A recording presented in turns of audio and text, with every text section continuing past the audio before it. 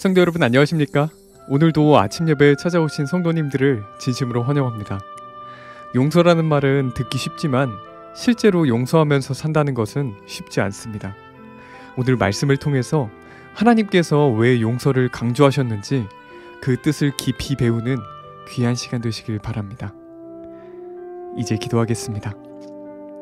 하늘에 계신 아버지, 오늘도 아침 예배 자리에 저희를 불러주셔서 감사합니다. 이 시간 저희의 마음이 말씀 앞에 조용히 열리게 하시고 성령께서 알려주실 때 감사와 기쁨으로 순종할 수 있는 믿음을 허락하여 주시옵소서. 오늘 용서에 대한 말씀을 살펴보려고 합니다. 말씀을 전하시는 목사님과 듣는 모든 성도들이 진리로 연합될 수 있도록 도와주시옵소서. 예수님의 이름으로 기도드립니다. 아멘. 오늘 저희가 함께 묵상할 제목은 예수님의 정신을 품음입니다. 이제 목사님께서 교제를 통해서 권면의 말씀을 전해주시겠습니다. 안녕하십니까 성도 여러분. 오늘은 용서에 대한 말씀을 묵상하겠습니다. 성도 여러분, 예수님을 영접했으면 가장 먼저 배워야 될 신앙이 용서하는 신앙입니다. 용서하는 법을 배우지 못하면 인생에 자꾸 투쟁이 생기고 문제가 생깁니다. 그래서 결국에는 사람들과 멀어지게 되고 외로운 삶을 살게 되는 것입니다. 자, 그런데 용서가 쉽지가 않습니다. 용서가 힘든 이유가 무엇일까요? 그것은 우리 인간은 용서할 수 없는 존재로 태어나기 때문입니다. 그래서 우리가 다른 사람을 용서하려면은 우리의 본성에서부터 해방되는 경험이 필요한 것입니다. 하나님 속으로 깊이 들어가야 하는 것입니다. 자, 오늘 그래서 우리 용서에 대해서 좀 깊이 살펴보려고 하는 것입니다. 오늘 본문 성경절 골로새서 3장 13절입니다. 누가 네게 혐의가 있거든 서로 용납하여 피차 용서하되 주께서 너희를 용서하신 것 같이 너희도 그리하고. 자, 주님께서 우리를 용서해 주시는 것처럼 우리도 서로 용서하라는 이 말씀을 정말 우리가 받아들인다면 우리 인생에 엄청난 변화가 생길 것입니다. 가정에서, 교회에서 용서가 안 돼서 문제들이 많이 생기죠. 그런 문제들이 사라질 수 있다는 것입니다. 성경은 원수까지 사랑하라고 말하고 있는데 어떻게 용서하는 신앙을 우리가 가질 수 있을까요? 자, 오늘 본문을 읽으면서 이 문제에 대한 답을 찾아보도록 하겠습니다. 우리는 이 세상에서 다양한 정신과 성격을 가진 사람들을 만나게 될 것이다. 그러므로 그대가 그들과 다른 만큼 그들도 그대와 다르다는 사실을 유념해야 한다. 우리는 인내와 오래 참음과 부드러움과 선함과 사랑을 개발해야 하며 인간의 유대로 연합해야 한다. 처음 결혼을 해서 가장 힘든 것이 무엇입니까? 많은 사람들이 부부가 서로 다르다는 것을 인정하는 것이 참 힘들다고 말하죠. 우리 교회 생활도 마찬가지입니다.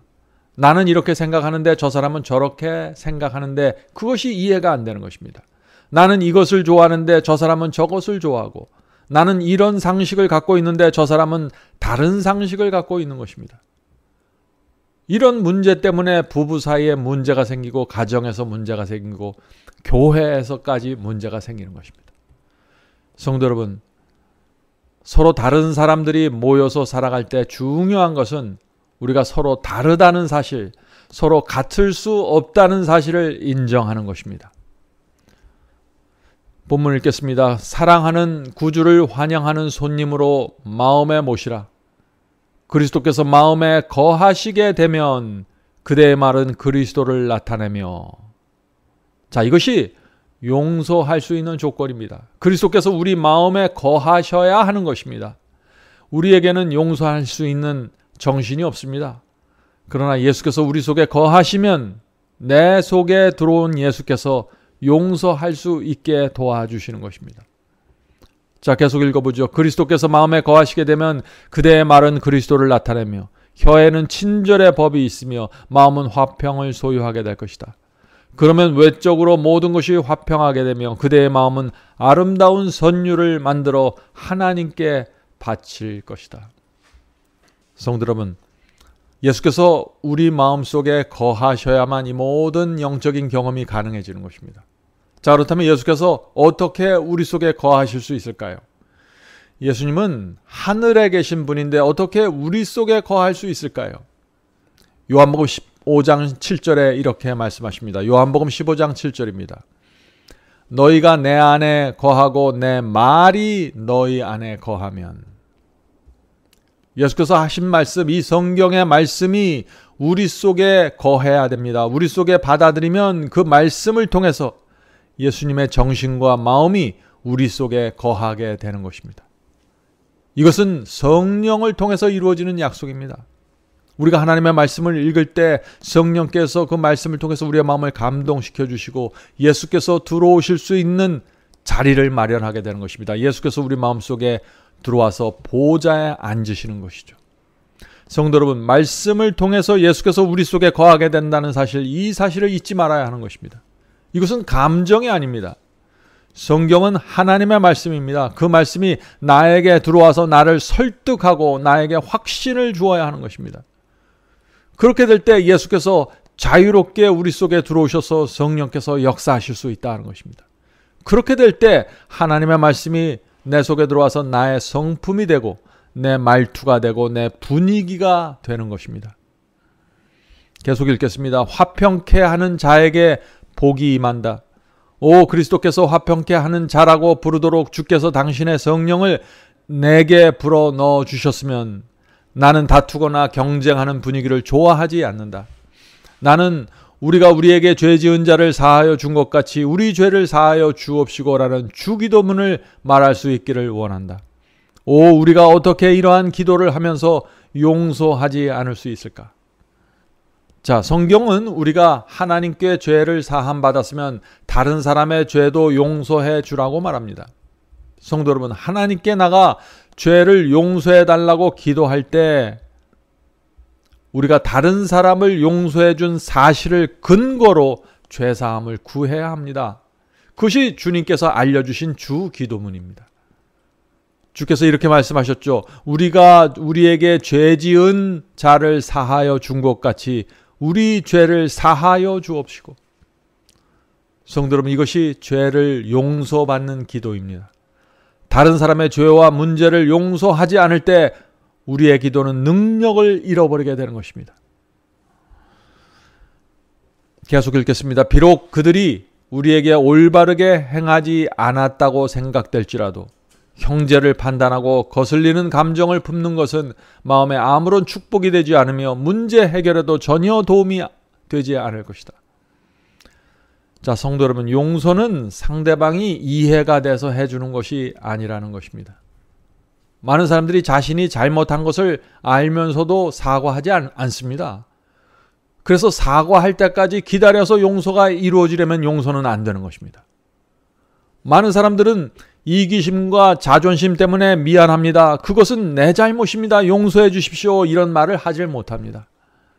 성도 여러분, 용서는 상대방의 반응과 상관없이 그 영혼을 불쌍히 여기는 마음으로 해 주어야 하는 것입니다.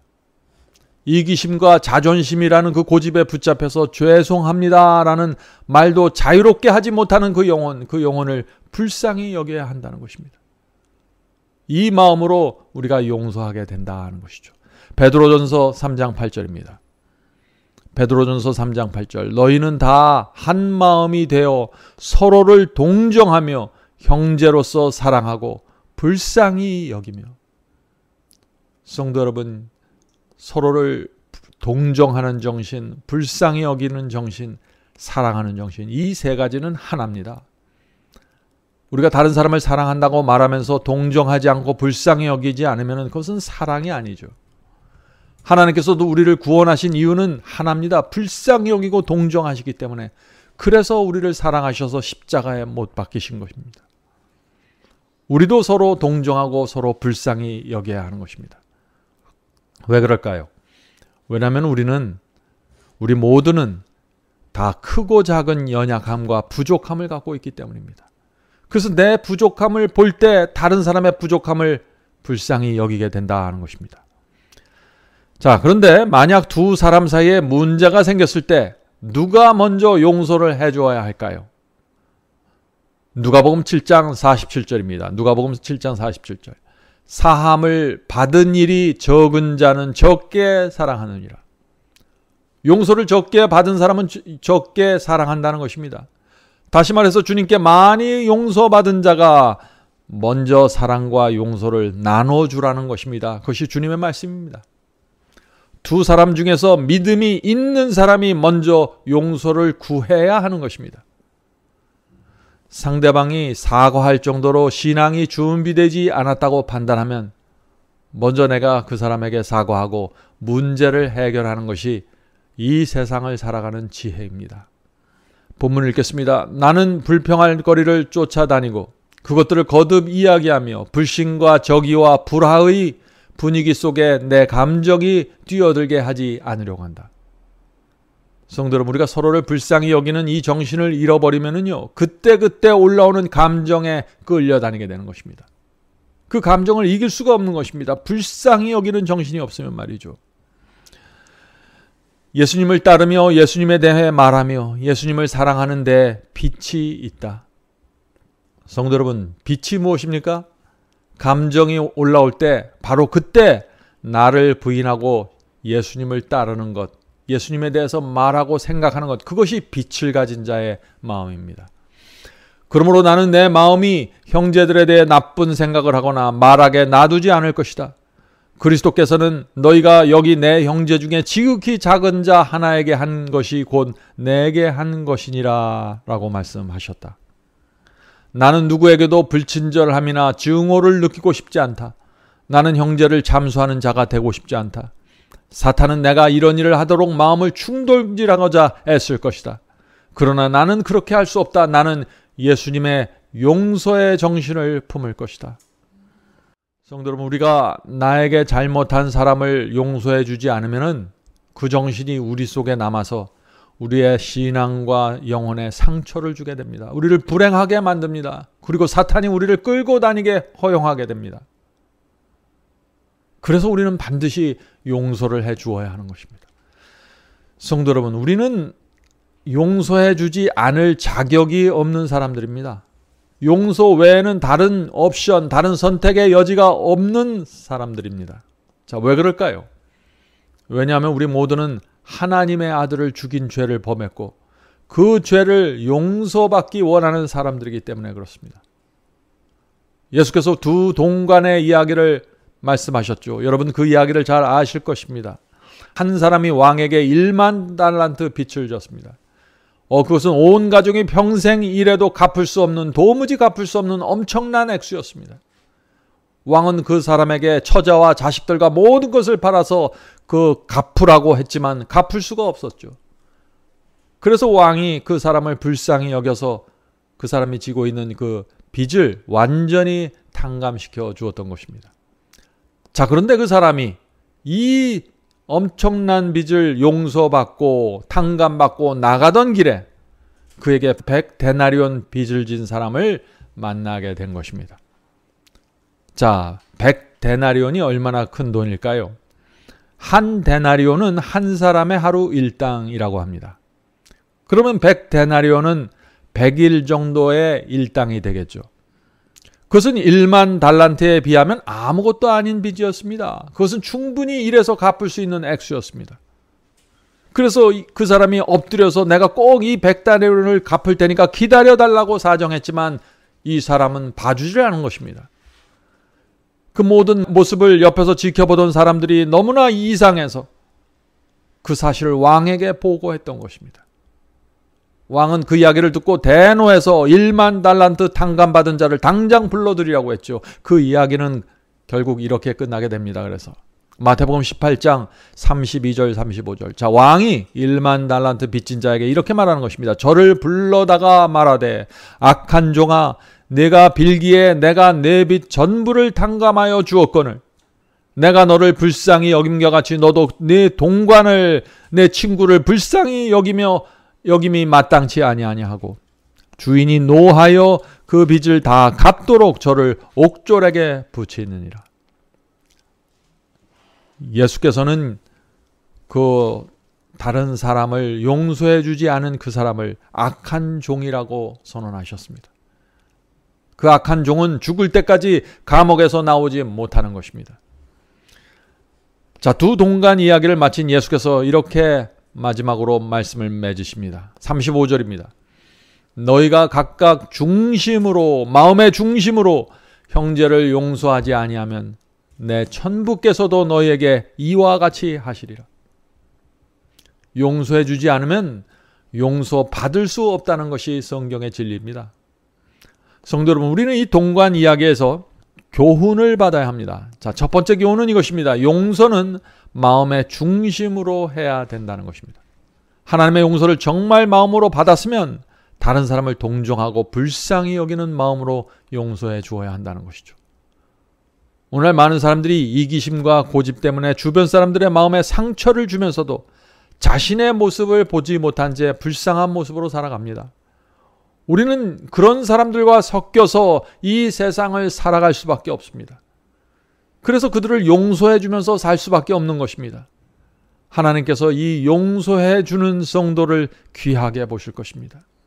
자, 두 번째 교훈은 다른 사람의 죄를 용서하지 않으면 구원을 잃어버릴 수 있다는 것입니다. 그것이 예수님의 말씀입니다. 성도 여러분, 오늘날 믿기만 하면 구원받는다는 복음, 예수를 영접하고 구원받았으면 교회 열심히 다니기만 하면 구원을 잃어버릴 수 없다는 이런 생각들과 믿음이 교회를 뒤덮고 있는 것입니다. 자, 그런 생각과 그런 믿음이 이 두 동관 이야기를 보면 어떻습니까? 그런 복음이 참 문제가 많다는 사실을 우리가 알 수 있죠.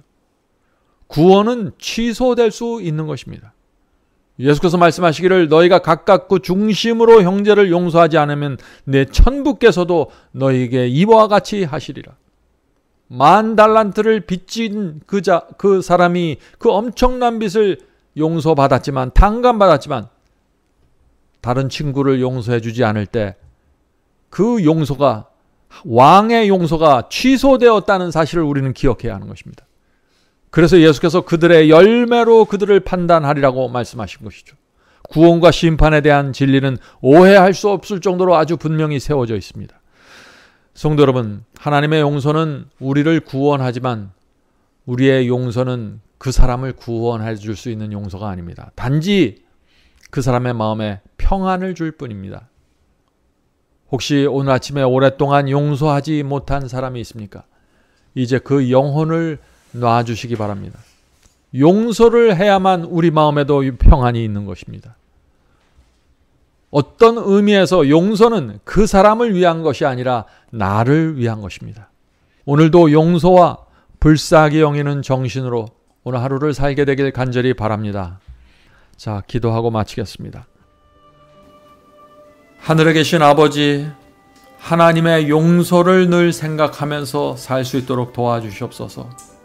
하나님의 용서가 저희의 마음을 낮추시고 저희의 교만을 내려놓게 하셔서 우리의 주변과 이웃에 있는 영혼들을 용서할 수 있도록 도와주시옵소서. 하늘에 계신 아버지, 주님의 그 용서하는 정신이 우리 속에 들어와서 새겨져서 하늘의 아름다운 분위기가 용서를 통해서 주변에 전달될 수 있도록 도와주시옵소서. 하늘에 계신 아버지, 오랜 세월 동안 가족과 친구와 형제들을 용서하지 못해서 마음에 깊은 한이 되고 상처가 된 사람들이 있습니다. 주여, 이제는 나에게 잘못하고 나에게 씻을 수 없는 죄를 범한 그 형제들을, 그 영혼들을 이제는 놔줄 수 있도록 도와주시옵소서. 성령께서 저희 마음에 들어오셔서 저희의 마음에 깊은 상처를 낸 그 형제들의 잘못을 이제는 용서하고 하나님 앞에 나가 하늘의 평안을 갖고 이 세상을 살 수 있도록 도와주시옵소서. 이 모든 말씀 예수님의 이름으로 간절히 기도드립니다. 아멘.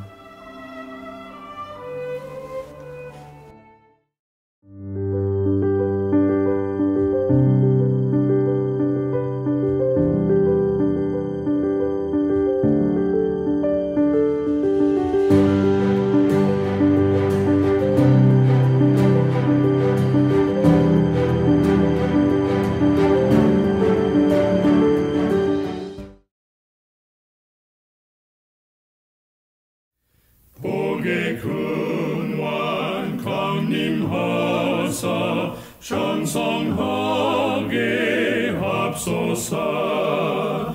한량없이 자비하심 중량하길 없도다. 찬사들의 기쁜 찬송 나도하게 합소서. 구속하신 이내 하무 항상 찬송하리다. 주의 도와주심 하다 이때까지 왔으니 이와 같이 전국에로 이루기를 바라네. 하나님을 배반하고 죄에 빠진 우리를 예수 구원하시려고 보혈 흘려 주셨네.